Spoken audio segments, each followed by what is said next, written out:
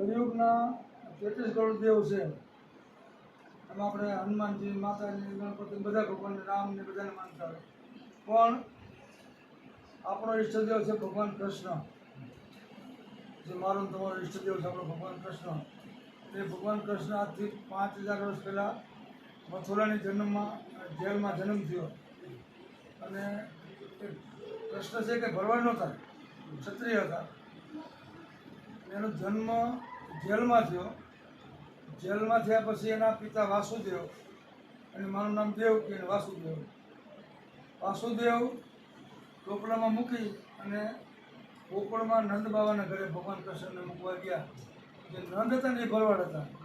ગોકુળમાં 9 નંદનું સામ્રાજ્ય હતું. કેટલા નંદ કોને કહેવાય? જેને 1 લાખ ગાયોને નંદ કહેવાય, 2 લાખ ગાયોને મહાનંદ કહેવાય, એનાથી વધારે ઉપનંદ કહેવાય, એનાથી વધારે સુનંદ કહેવાય.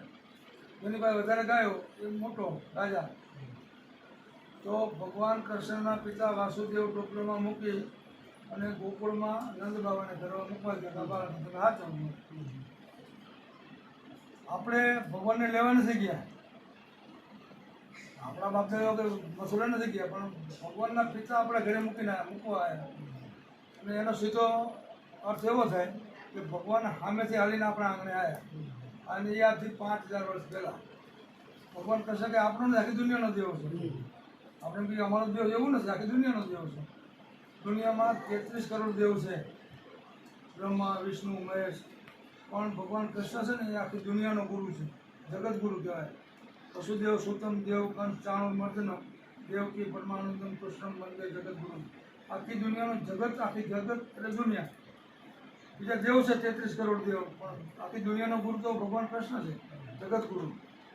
વિચાર કરો કે જગતગુરુ આજથી 5000 વર્ષ પહેલાં સામેથી આપણા આંગણે આવતો હોય તો આપણો સમાજ એ વખતે ક્યાં હશે? વિચાર તો કરો. આપણા આચાર વિચાર સંસ્કાર કેટલા બધા ઉકેલા હશે. તો ભગવાન સામેથી આપણા આંગણે આવ્યો. અને ભગવાન કૃષ્ણ 126 વર્ષ જીવ્યા. કેટલા? 126 વર્ષ જીવ્યા. એમાં 11 વર્ષ ને 52 દિવસ આપણે ભેગા રહ્યા. આપણે એટલે આપણે બાપ ભેગા ભેગા મારા તમારા. વિચાર કરો કે આજથી 5000 વર્ષ પહેલાં ભગવાન કૃષ્ણ 11 વર્ષ ને 52 દિવસ આપણા ભેગો રહ્યો. એ સમાજ આજે ક્યાં હોય અને આપણે ક્યાં છીએ અત્યારે? આ વિચારવા જેવી વસ્તુ છે ને. જેના ભેગો ભગવાન 11 વર્ષ રહ્યો એ સમાજમાંથી ક્યાં હોય અને આપણે ક્યાં છીએ? એનું કારણ શું છે? એનું કારણ એક જ છે કે ભગવાન કૃષ્ણે જે કીધું ને એને આપણે બિલકુલ ગણકાર્યું નહીં. ભગવાન કૃષ્ણ આપણને તમને મને બધું કહી ગયો છે. ગીતાજી તો છે પણ ભરવાડની ગીતા નોખી છે. પાછી ભરવાડનું મહાભારત એ નોખું છે. ભગવાન કૃષ્ણે આજથી 5000 વર્ષ પહેલાં કીધું કે જો તમારે સુખી થવું હોય, હું કહું એમ તમે કેટલું કરજો તો સુખી થશો. સૌથી પહેલાં એને શું કીધું? તમે સંગઠિત થાવ, ભેગા થાવ. એના માટે દાખલો એને બેહાડ્યો. ગોવર્ધન પર્વત જટલી આંગળી ભગવાન ઉપાડે તો ખબર છે ને બધાને. તો ભગવાન તો પરમાત્મા હતા, પણ એને એકલે ન ઉપાડે, બધા ગોવાળિયાને ભેગા કર્યા. બધા ગોવાળ હતા ને એ સમયમાં 5000, 10,000, 20,000, 25,000 જે બધાને કીધું કે તમે લાકડીનો ટેકો કરો, હું આંગળી રાખો, આપણે પર્વત ઉઠી. વિચાર કરો, લાકડી છે કે પહાડ ઊંચો થાય ખરો? પણ એ નિમિત્તે ભગવાને કીધું તમે બધા ભેગા નોખા ન પડો. આજે હું જો છેલ્લા 50 વર્ષથી આપણા સમાજમાં ફરું છું, આ ગામમાં સારું છે. એક ગામમાં 10 ઘર હોય ને તો 2 આમ હોય, 3 આમ હોય. ઓલાને કે અમે નથી બોલતા, ઓલાને ઘરને આવું હોય છે ને આપણા. એક હમણાં એક કુટુંબમાં ગયો હતો આ ઝાલાવાડમાં, 10 ઘર એક જ પરિવારની. તો 2 ઘર નોખા. ઓલા અહીં બોલાવો તો કે ના એ અમે નહીં આવે, અમારે અપૈયો છે. શેનો ભાઈ અપૈયો? ભરવાના પૈયા હોય. તો ભગવાને કીધું ભેગા રહેજો તો સમય સુખી થશે. એને બધાને ભેગા કર્યા. ગીતાજીમાં કીધું છે કે સંઘે શક્તિ કર્યું. પછી બીજું કીધું ભણજો. હવે વિચાર કરો, ભગવાન કૃષ્ણ પરમાત્મા હતા, છતાં આજથી 5000 વર્ષ પહેલાં એના મિત્ર સુદામા સાથે સાંદીપની ઋષિના આશ્રમમાં ભણવા ગયા હતા. ભગવાન ઇતિહાસ એનો ભાગવત તમે વાંચો. હજુ ભગવાન ભણવા જતો હોય અહીંયા આજથી 5000 વર્ષ પહેલાં, તો આપણે આ ભણવું જોઈએ કે ન ભણવું જોઈએ? આપણે થોડી શરૂઆત તમારે આ બાજુ સારું છે. અમુક વિસ્તાર એવો છે કે ભણવાના નામે મીંડું. ખરેખર સમાજે સુખી થવું હોય ને તો સંગઠિત થવું પડે, શિક્ષણ અપનાવવું પડે, દીકરા દીકરીને ભણાવવી પડે. આપણે ઘણા એવું કહીએ કે ભાઈ દીકરીને ભણાવો, તો એ શું કે ખબર છે ને, દીકરીને ભણાવીને શું કરવું છે? એ તો તેને પાકા ઘરે જવાની, પણ અહીંયા કામ નહીં આવે એનું શિક્ષણ. આપણા ઘરેથી એના ઘરે કામ આવશે ને. ઘણા દીકરીને ભણાવાય જ નહીં. આપણા અમુક માણસો એવા હતા ને, આથી 50-50 વર્ષ પહેલાં શિવપુર બાપુ કે દીકરી ભણાવ, બાપુ કે બાપુ બંધ થઈ જાય, આવું કોઈ કહેતા નહીં. કે છોકરાને ન ભણાવે, છોકરીને ભણાવવાની વાત જ નથી. ખરેખર સમાજે સુખી થવું હોય તો દીકરીને ખાસ ભણાવવી જોઈએ. જો દીકરી ભણેલી હોય, એ ઉંમર લાયક છે, આપણે એના લગ્ન કરીએ, એને સંતાન થાય. જો મા ભણેલી હોય ને એને સંતાનને અભણ ન રાખે. ભણતરની કિંમત કોને સમજાય? કે ભણેલું હોય ને, મારી જેમ અંગૂઠો મારીને શું ખબર પડે? દીકરીને ખાસ ભણાવવી જોઈએ. અને કદાચ તમને ખબર હોય કે ન ખબર હોય, આપણા ભરવાડ સમાજની દીકરી હું તો આખા ગુજરાતમાં ફરું છું, જ્યાં જ્યાં વિસ્તારમાં ભણે છે ને, ખૂબ આગળ છે, ખૂબ આગળ છે. હમણાં દાખલા આપું, છેલ્લા 1 વર્ષ કે 2 વર્ષના સાણંદની બાજુમાં રૂપાવટી ગામ છે, હાજરા પરિવાર છે. એક જ ગામમાંથી 5 દીકરા અને 3 દીકરીઓ, 8 MBBS ડૉક્ટર છે. કેટલા? એક ગામમાં, એક જ પરિવારમાંથી. એના પછીની વાત કરું, હમણાં કોઈ ટીવીમાં, પેપરમાં, ન્યૂઝમાં આવતું હતું. આપણે બાંભા પરિવારની પારનોળી ગામ છે, મોડાસા તાલુકામાં. બાંભા પરિવારની દીકરી છે. આપણે કોઈ અમેરિકાનું નામે નથી સાંભળ્યું. અમેરિકાના જે પ્રેસિડેન્ટ છે ને, એનું રહેવાનું મકાન એને વ્હાઇટ હાઉસ કહેવાય. White house. આપણી ભરવાડની દીકરી હમણાં વ્હાઇટ હાઉસની મુલાકાત લઈ આવી. ભરવાડની દીકરી, વિચાર કરો, દીકરી ક્યાં પહોંચી ગઈ. આપણે અમેરિકાએ નથી જોયું, નામે નથી સાંભળ્યું, મેં નથી જોયું. અને દીકરી ત્યાં જાય છે. અમેરિકાના પ્રેસિડેન્ટને હમણાં એને મુલાકાત આપી દીકરીને. એના પછીની વાત કરું, હમણાં 4-6 મહિનાની, અમારા રાધનપુરની બાજુમાં કલ્યાણપુરા ગામ છે, નાનું એવું ગામ છે. અને અહીંયા મુંજવા પરિવારના 5 હાથ છે. 2 દીકરીઓ ભરવાડની, મુંજવા પરિવારની 2 હગી બહેનો હમણાં ભારતના લશ્કરમાં, ભરવાડ સમાજનો પહેલો દાખલો છે. પોલીસમાં છે, તલાટીમાં, શિક્ષકમાં, ગમે સર્વિસમાં. ભરવાડની દીકરી આર્મીમાં છે, ક્યાંય દાખલો નથી. 6 મહિનાથી 2 દીકરીઓ આર્મીમાં છે. એક અત્યારે ક્યાં મેઘાલય બોર્ડર ઉપર છે, ક્યાં ચાઇના બોર્ડર, ત્યાં લડે છે દીકરી. એક પંજાબ બોર્ડર ઉપર છે. વિચાર કરજો, દીકરીને ભણાવે દીકરી ક્યાં પહોંચે છે. અને આપણે તો શું કહેવાય, દીકરીને ભણાવાય નહીં, કહેવાય નહીં કે ભણે તો બગડી જાય. એટલે ભાઈ ન ભણે એ બગડે, ભણે એ ન બગડે. ભણેને સમજણ તો હોય, મારા મા બાપ કોણ છે, મારો પરિવાર કોણ છે, મારો સમાજ કોણ છે. ભગવાન કૃષ્ણએ કીધું કે હું ભણું છું, તમે ભણજો. બીજી શરત મૂકી કે તમે સમૂહ લગ્ન અપનાવો. સંમત 1165, આજથી 914 વર્ષ પહેલાં આપણે થરા, હમણાં ગયા સમૂહ લગ્ન છે ને, 914 વર્ષ પહેલાં 3005 દીકરા સમૂહ લગ્ન થયેલા. આ સમૂહ લગ્નની પરંપરા ભરવાડ સમાજ શરૂ કરી. 914 વર્ષ પહેલાંની વાત છે. સમૂહ લગ્નથી ખૂબ મોટો આર્થિક ફાયદો થાય. હવે 3000 આપણે ગયા વર્ષે સમૂહ લગ્ન કર્યા, 3001 દીકરીના કર્યા. ભરવાડ સમાજ દીકરીઓ હતી. એ 3000 દીકરીના સમૂહ લગ્ન કર્યા. અને એ દરેક પોતપોતાના ઘરે કરે, એક દિવસ કરે, તો 3000 દિવસ થાય, 10 વર્ષ થાય. કેટલા? અને જો મને બોલાવો તો મારે 10 વર્ષ એમાં જવાનું, બીજે જવાનું. સમય અને પૈસાનો કેટલો બચાવ થાય છે. હમણાં હું ઉના તાલુકો છે ગીરમાં, ત્યાં હોનારિયા ગામ છે. એ ગામમાં પડારિયા અને મેવાડા 2 આખના પરિવાર. હમણાં હું ગયો તો 400 મિનિટ ફરવા. તો મેં એમને પૂછ્યું કે તમે સમૂહ લગ્નમાં, કે અમારા ગામમાં, એક જ ગામમાંથી 150 ઘર છે, 22 દીકરા અને 6 દીકરી, 28 દીકરીના સમૂહ લગ્ન આપણે ખરા હતા ગયા વર્ષે. કેમ સમય કરતા હતા. તો મેં કીધું ખર્ચ કેટલો થયો? તો અમે આખો નેવડો ભેગો થાય ને એક જમણવાર કર્યું. 4 લક્ઝરી બસમાંથી ખરા આવ્યા, ખરાથી પાછા આવ્યા. 22 દીકરા અને 6 દીકરી, 28 લગ્ન થયા. 7 લાખ રૂપિયાનો ખર્ચો થયો. 7 ચોક 28 એટલે એક લગ્ન 25,000માં થયા. તમે ઘરે એક દીકરા લગ્ન કરો 25,000માં થાય? લાખે કાંઈ નથી થતું. 25 લાખ 5 લાખ તો થાય ને. 5 લાખ થાય. 5 લાખ તો આ જમાનામાં કંઈ નથી આવતું. અત્યારે 75 તો હોનું થઈ ગયું છે. થઈ ગયું ને. મેં આ પ્લોટની અંદર 2 છોકરીને 1 છોકરો પણ 7 લાખ રૂપિયા નોટ કરી ભગવાને એવું કીધું કે જો તમે ભેગા સંગઠિત થાઓ, શિક્ષણ અપનાવો, સમૂહ લગ્ન અપનાવો.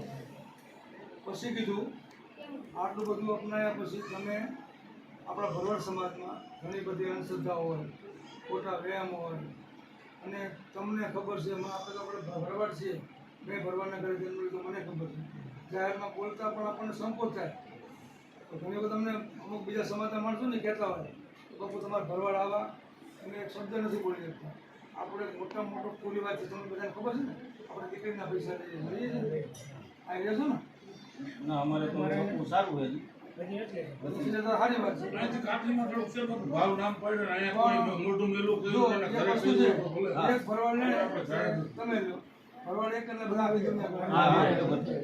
એક લે તો આપણે હા, સમાજ આવી જાય. હવે 5 લાખ 10 લાખ 15 લાખ 20 લાખ 25 લાખ રૂપિયા દીકરીના લે દીકરીને તો ખરેખર એનું દાન કરવાનું હોય પૈસા લેવાના હોય દીકરીનો પૈસો છે ને 25% આપણને ઘડી ખારું લાગે તમારે 1 લાખ રૂપિયા ને 1 લાખ એ 1 લાખ તો જાય પણ બીજા ઘરમાં જ 1 લાખ જાય આપણને દેખાય નહીં પણ દીકરીનો પૈસો ન લે આ દુનિયાનું મોટામાં મોટું પાપ હોય તો દીકરીનો પૈસો લે આપણે બધા જાણીએ છીએ છતાં આપણે કરીએ છીએ ને સમાજ ક્યાં સુધી છે તો ભગવાને કીધું દીકરીના પૈસા ના લેતા દીકરા દીકરીને ભણાવો સંગઠિત થાવ સમૂહ લગ્ન અપનાવો અને સામે પછી એવું કીધું કે 2-5 વસ્તુઓ તમે છે ને જીવનમાં અપનાવી લેજો 2-5 વસ્તુ છોડી દેજો વ્યસન આપણે બધા ગુટકા શું કહેવાય પાન મસાલા ગુટકા વિમલ બીડી તમાકુ ઘણું બધું એક જગ્યાએ હમણાં જતો કોઈ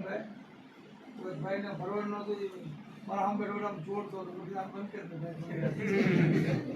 બાપુ ખાવું પડતું મેં કાંઈ હતું ખાત અને રોજના કેટલા ખાય છે એ 10 તો એકની કિંમત શું 10 રૂપિયા 10 ગુણ્યા 10 100 રૂપિયા થયા મહિને 3000 રૂપિયા થયા વર્ષે 36000 રૂપિયા થયા એટલે કે તું 100 વર્ષ જીવે તો 36 લાખનું નુકસાન થાય એનો હિસાબ છે ને ગણતરી કરો 10 ગુણ્યા 10 ગુણ્યા 30 ગુણ્યા 36 લાખ રૂપિયા 36 લાખમાં તો તમે આવા 2-3 બંગલા બનાવી નાખો સમજી જાય ને વ્યસન છે ને સમાજને બરબાદ કરે છે પછી આપણે શું કહેતા હોય ખબર છે કે આત્મા એ પરમાત્મા તો જો પરમાત્મા અંદર બેઠો હોય તો ન ખાવાનું ન પીવાનું આપણે બધું કરીએ છીએ ને અંદર નાખીએ છીએ તો દુકાન ક્યાંથી રાખીએ છીએ આપણામાં એટલા બધા પૂરીવાદ છે અંધશ્રદ્ધા છે શ્રદ્ધા હોવી જોઈએ અંધશ્રદ્ધા ન હોવી જોઈએ ભગવાન છે માતાજી છે પગે લાગો શ્રદ્ધા છે ખૂબ સારી વાત છે આપણું કામે થાય પણ હવે એના નામે તમે અંધશ્રદ્ધા ફેલાવો આપણા સમાજમાં તમને મને બધાને ખબર હું કાંઈ માર કરું ને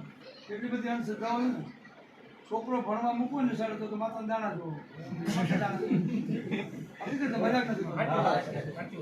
આ બોટાદ બાજુનો દાખલો છોકરો 5 વર્ષનો થયો ને એ છોકરાની માએ કીધું એના બાપને કે છોકરો 5 વર્ષનો થયો થોડા ઘણા ઘેટા બકરા રાખતા માલ નાખીને જાય તો કે મારા ભાઈને ઘરે એ ભાઈએ કીધું મારા ભાઈને છોકરાના મામાને ઘરે ભણવા બેહાડે તો ભણવા તો બેહાડે પણ કે માતાને પૂછવું પડે બોલાય ભુવાને ભુવા વળી કંઈક મારા જેવો હારો હોય છે ત્યાંના બે રજા આપી માતાજી ન આપે તો મોહમ્મદ રજા જોવાની આને શું કહેવાય અંધશ્રદ્ધા શ્રદ્ધા હોવી જોઈએ અંધશ્રદ્ધા ન હોવી જોઈએ હમણાંની વાત છે તમને મારે જો કોઈ મોડું થાય છે ક્યારેક નિરાતે બોલાવતી બધી વાતો બધું હજી મારે ક્યાંક છે આમ થઈને ભરૂચ જવું છે હમણાં 400 મહિના પહેલાંની વાત છે હળવદની બાજુમાં બોલાહાણ ગામ છે હળવદ તાલુકામાં 40-50 વર્ષ પહેલાં આપણે ભરવાડ ઘેટા બકરા લઈને અમદાવાદ બાજુ જાય વાંઢે જાય ને આપણે બધા જાય આપણા બાપદાદા મારા બાપદાદા જતા વાંઢે તો અહીંયા અમદાવાદ હવે બહુ મોટું સિટી થઈ ગયું ઓld કમોડ કામ છે અને રિંગ રોડ ઉપર ગાયવાળું સર્કલ છે કમોડ સર્કલ છે અત્યારે બ્રિજ બને છે સાબરમતીના કાંઠે કિરાણા જવા રોડ ત્યાં બગડા માલ છે ને અને એ વખતે 50-60 વર્ષ પહેલાં બગડા ખૂબ હશે ને 2-5 ગોળિયા ભેગા થાય ને એ પાણો લઈને સિંધો કરીને માતા બે હારી હોશ ને એનો ખાલી આનંદ આવી ગયો માતા બે હારી અને ધૂપ દીવો કરે શિયાળાના 4 મહિના ઉનાળા 8 મહિના એને વરસાદ થાય એટલે વળી પાછા વતનમાં આવું થાય 2 વર્ષ 5 વર્ષ 2 વર્ષ 5 વર્ષ એમાં ભગવાને સુખી થયા 50% સુખી થયા ઘેટા બકરા કાઢી નાખ્યા ગાયો ભેંસો કાઢી નાખી ખેતીમાં આવ્યા બીજા ધંધામાં આવ્યા સુખી થઈ ગયા 25-30 40 વર્ષ નીકળી ગયા હવે આજનો સમય એવો છે કોઈ માણસ સર્વગુણ સંપન્ન હોય અને સર્વથા સુખી ન હોય હું બેઠો છું ને તો પણ મને તકલીફ શું છે મને ખબર હોય મારે મગજમાં વાતો તમારી યારે કરું છું ને પણ મને મારે છોરીયાળી વાગડમાં જવું છે પછી થરાય જવું છે પછી છે ભરૂચ એક મેવાડા પરિવારની હોટલનું ઓપનિંગ કરવા કાલ જવું છે અહીં બેઠો છું વાતો તમારી યારે મારું મગજ ત્યાં ફરે કોઈને કોઈ માણસને તકલીફ હોય આ સમયમાં શારીરિક હોય માનસિક હોય આર્થિક હોય કોઈને પૈસાની તકલીફ હોય કોઈ માનસિક તકલીફ હોય કોઈને રોગ હોય કોઈને કોઈ સર્વગુણ સંપન્ન બધા સુખી નથી તો કુટુંબ પરિવાર મોટું હોય તો થોડું ઘણું માંગ વિભાગ આવતી હોય તો કે આ એક માંગવું પડે ને હાથી થાય વળી બીજું માંગવું પડે હાથી થાય તો મારે જે ભુવાને બોલાય કે તને માતા નડે માતા તો નડતી હોય કદાચ નડતી ન નડે મને ખબર નથી પણ માતા નડે તો કોઈ માંદા તો ન પડે માતા માંદા પડે કોઈ ન પડે. પિતૃ કોઈ માંદા પડે પિતૃ કોઈ નડે તમે જો એક ખતરો કરજો છોકરો હોય 18 વર્ષનો અને બાપો 50 વર્ષનો હોય આ ગામમાં જ તમે ક્યારેક ખતરો કરજો એ છોકરો દારૂ પીતો હોય જુગાર રમતો હોય 2 નંબરના ધંધા કરતો હોય આખા ગામને ખબર હોય એના બાપને તમે પૂછજો અને બાપ હોય ને છોકરાનો પૂછજો કે તારો છોકરો આમ તો કોઈ આ નહીં કહે ના ના મારો છોકરો આવો હોય જ નહીં તો બહુ સારો છે ને બહુ સારું કામ કરે આમ તો બાપો જો આય ન નડતો હોય મરી ગયા પછી નડે ખરો આય નથી નડતો મરી ગયા પછી નડે આ એક માન્યતા છે આપણે ઠીક છે પિતૃનું કોઈ